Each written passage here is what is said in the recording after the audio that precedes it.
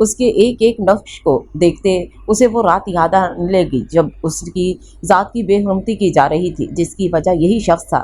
اس کی آنکھوں میں تیزی سے آنسو جمع ہونے لگے۔ نہیں زرغام خان زادہ، اس بار نہیں، کبھی نہیں بھولیں گے ہم وہ رات، کبھی معاف نہیں کریں گے آپ کو۔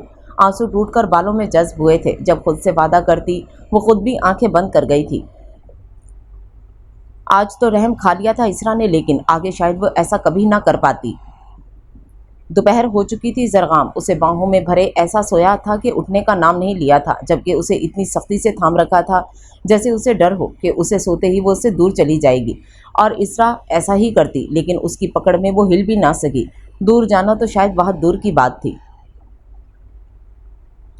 دروازہ کھٹکھٹانے کی آواز سنتے زرغام کسمسایا تھا، جبکہ اسرا تو جاگی رہی تھی لیکن اس کو مخاطب نہ کرتی کسمسانے لگی تھی اس کے حصار میں۔ زرغام نے نیم وا آنکھیں کھولیں جو بے حد سرخ ہو رہی تھیں، کچھ نیند کا خمار تھا، کچھ اس کی محبت کا کہ وہ آنکھیں بند کرتا نیند میں ہی مسکرانے لگا، جسے اسرا نے ہونکوں کی طرح دیکھا، لیکن نظر انداز کرتی پھر اس کے ہاتھ خود پر سے ہٹانے چاہے، جس پر زرغام نے آنکھیں کھولتے اسے دیکھا جو ماتھے پر بٹ ڈالے جدوجہد میں لگی تھی، لیکن منہ سے کچھ نہ کہہ رہی تھی۔ وہ خود بخود اپنی گرفت ڈھیلی کر گیا، جسے محسوس کرتے وہ ایک جھٹکے میں اس سے دور ہوئی۔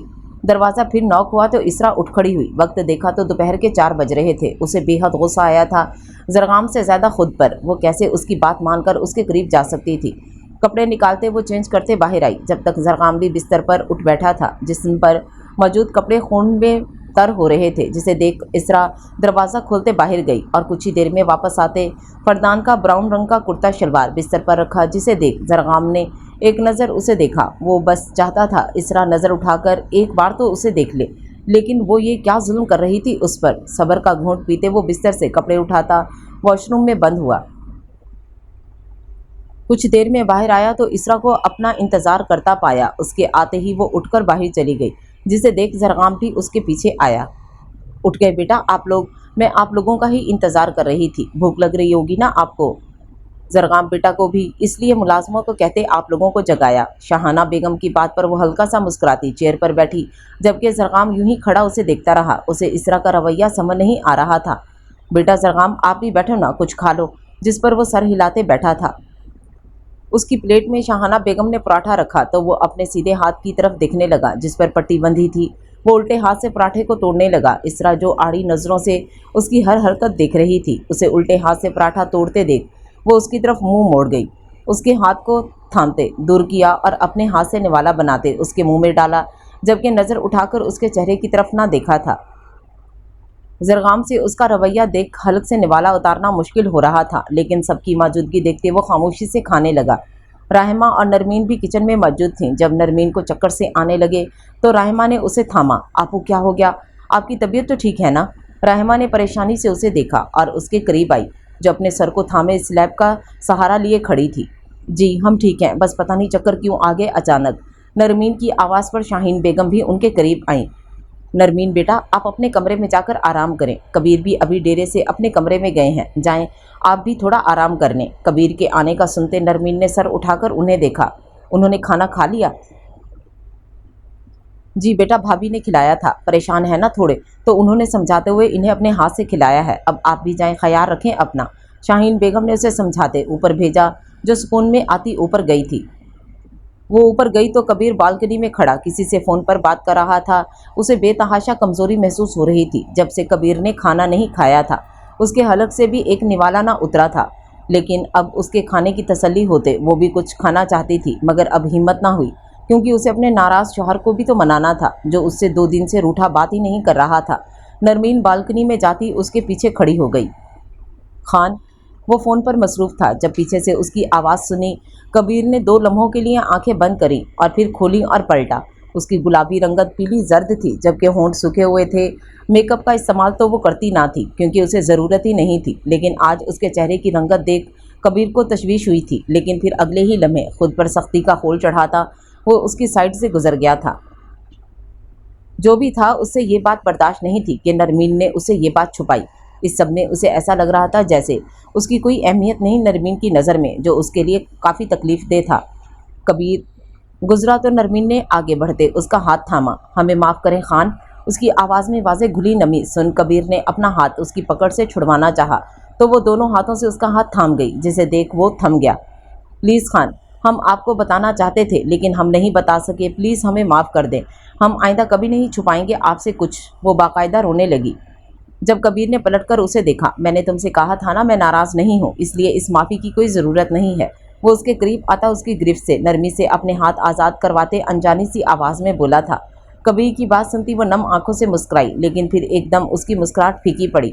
آپ نے کہا تھا آپ کام مان ہم پر سے ٹوٹ گیا، وہ سرگوشی نما آواز میں بولی تھی کہ اگر کبیر اس کے قریب کھڑا نہ ہوتا تو شاید وہ سن نہ پاتا۔ کبیر اس کے قریب آیا اور ایک ہاتھ سے اس کے چہرے کو تھامتا اسے اپنے قریب کر گیا۔ وہ تو توڑ دیا تھا تم نے، اب جڑ نہیں سکتا، اس لیے اب اسی خان کی عادی ہو جاؤ۔ دھیمی آواز کے سنگ اس کی آنکھوں میں دیکھ کر بولا تو وہ بھیگی بھیگی آنکھوں سے اسے دیکھنے لگی۔ آپ ہر بار ہمیں ایسے تکلیف نہیں پہنچا سکتے، وہ سرگوشی نما آواز میں احتجاجاً بولی تھی کہ کبیر نے اس کی آنکھ سے بہتے آنسو کو صاف کیا۔ تکلیف مجھے بھی ہوئی تھی، بہت ہوئی تھی، یہ سوچ کر کہ میری نرمین نے مجھ سے اتنی بڑی بات چھپائی۔ وہ اس کی کمر میں ہاتھ ڈالتے اسے قریب کر گیا تھا، جبکہ ہری آنکھوں میں طلب واضح تھی اس کی، لیکن ضبط کرتے اب ان آنکھوں میں سرخی اترنے لگی۔ نرمین کا سر چکرانے لگا تھا، 24 گھنٹوں سے زیادہ ہونے لگے تھے اور ایک گلاس جوس کے سوا اس نے کچھ نہ کھایا پیا تھا۔ ہمیں اسرا نے قسم دی تھی خان، ہم اس کی قسم نہیں توڑ سکتے تھے۔ اس کی بات سن کبیر کی آنکھوں میں پہلے حیرانی اور پھر سرد مہری اتری۔ یہ قسمیں رشتوں سے بڑھ کر نہیں ہوتی، اور اس قسم کے چکر میں تم یہ بھول گئی کہ میرا تم سے کیا رشتہ ہے، اسرا سے کیا رشتہ ہے، اور بات کی نوعیت کتنی سنجیدہ ہے۔ تم اپنی قسم نبھانے چلی۔ کبیر نے اپنی گرفت اس پر سخت کی تھی اور وہ آنکھیں میچ گئی، لیکن اف نہ کیا، کیونکہ وہ مانتی تھی وہ غلط تھی۔ سب رشتوں کو خود سے دور رکھ کر اتنا جان رکھو کہ تم سب سے پہلے میری ہو، میری بیوی ہو، نرمین کبیر خان زادہ ہو۔ میں ہرگز بھی نہیں چاہوں گا کہ میری بیوی میرا مان توڑے، اور بیوی بھی وہ جو میری محبت میرا جنون ہو، جس کے بغیر میں کچھ بھی نہیں ہوں۔ کبیر اس پر گرفت سخت سے سخت تر کرتا جا رہا تھا اور جنونی ہوتے اس کے کان کے قریب سرسراتے اپنی بات کہتا۔ وہ نرمین کو واقعی اپنا طلبگار اور اپنا دیوانہ لگ رہا تھا۔ اگر تم نے آئندہ ایسی حرکت کی تو میں تمہیں کبھی نہیں بخشوں گا، بلکہ خود سے دور کر کے خود کو بھی سزا دوں گا اور تمہیں بھی تڑپاتا رہوں گا۔ تم سے دور لیکن رحم نہیں کروں گا، نہ خود پر نہ تم پر، یہ یاد رکھنا۔ اس کی جنونیت دیکھتے نرمین کی سانسیں تھمنے لگی تھیں۔ کمزوری کی وجہ سے جسم نڈھال ہو رہا تھا اور اس پر ظلم کبیر کی سختی۔ کبیر کچھ لمحے یوں ہی اسے اپنے قریب کرتے محسوس کرتا رہا تھا کہ اچانک اسے محسوس ہوا جیسے نرمین کا وجود ڈھیلا پڑ گیا ہو۔ چہرہ پیچھے کرتے اس نے نرمین کے سر کے پیچھے ہاتھ رکھتے دور کیا تو دیکھا وہ بے ہوش تھی۔ اسے بے ہوش دیکھ صحیح معنوں میں کبیر کے ہاتھ پیر پھولے تھے۔ نرمین، وہ اس کے گال پر ہاتھ رکھتے بولا، لیکن اس کے جسم میں کوئی جنبش نہ ہوئی۔ اس کے وجود کو اٹھاتے بستر پر لٹایا تھا، جبکہ اس کا چہرہ تھپ تھپانے لگا، لیکن جواب ندا رد۔ اسے بے ہوش دیکھ کبیر کو سمجھ نہ آیا تھا کہ کیا کرے۔ جب دروازہ کھولتے اس نے دیکھا راہمہ کو، جو اپنے کمرے میں جا رہی تھی۔ راہمہ ادھر آؤ پلیز۔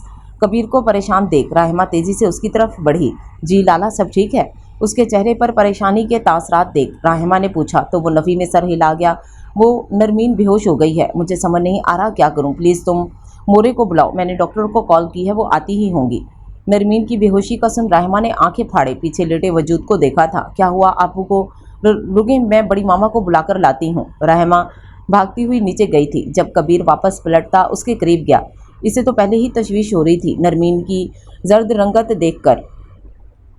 اس کے ماتھے پر ہاتھ رکھتے حرارت دیکھنے لگا جو ٹھنڈی پڑی تھی۔ کبیر کا سانس سینے میں اٹکنے لگا۔ وہ اپنی ناراضگی میں نرمین کو کیسے بھول سکتا تھا؟ اس نے غور ہی نہیں کیا اس پر، اور اب اس کی یہ حالت دیکھ کبیر کو خود قصوروار سمجھنے لگا تھا۔ کچھ دیر میں ڈاکٹر آتی چیک اپ کرنے لگی تو کبیر بے صبروں کی طرح ڈاکٹر کا چہرہ پڑھنے لگا۔ جلدی کریں، آپ اتنی دیر کیوں لگا رہی ہیں؟ کبیر کی بات پر ڈاکٹرنی گھبراتی صحیح طرح چیک اپ کرنے لگی، جو نرمین کا ہاتھ پکڑے اس کے برابر میں بیٹھا تھا، جبکہ دوسری طرف ڈاکٹر پیچھے نازو بیگم اور شاہانہ بیگم بھی آنکھوں میں آنسو لیے اپنی بیٹی کے لیے پریشان تھی۔ دیکھیں، یہ شاید کافی ٹائم سے بھوکی ہیں، کمزوری سے چکر آ گئے ہیں، بلڈ پریشر بھی بہت لو ہے، اسی وجہ سے آپ سب سے پہلے تو ان کے لیے جوس لائیں، اس کے بعد انہیں کچھ کھلائیں۔ یہ پہلے ہی بہت کمزور ہیں، ایسے بھوکی رہیں گی تو ان کی صحت کے لیے اچھا نہیں ہے۔ ڈاکٹر کی بات پر کبیر پریشانی سے انہیں دیکھنے لگا، جبکہ راہمہ ڈاکٹر کے کہتے ہی کچن میں گئی تھی۔ ملازمہ ڈاکٹر کو اپنے ساتھ لے گئی تھی، جبکہ شاہانہ بیگم بھی حیران تھیں۔ سب کے خیال رکھنے کے چکر میں کسی نے اس کی طرف دیکھا ہی نہیں، میری بیٹی سے پوچھا ہی نہیں کہ اس نے کچھ کھایا ہے یا نہیں۔ سب کا خیال رکھتی ہے لیکن اپنی طرف دیکھتی ہی نہیں۔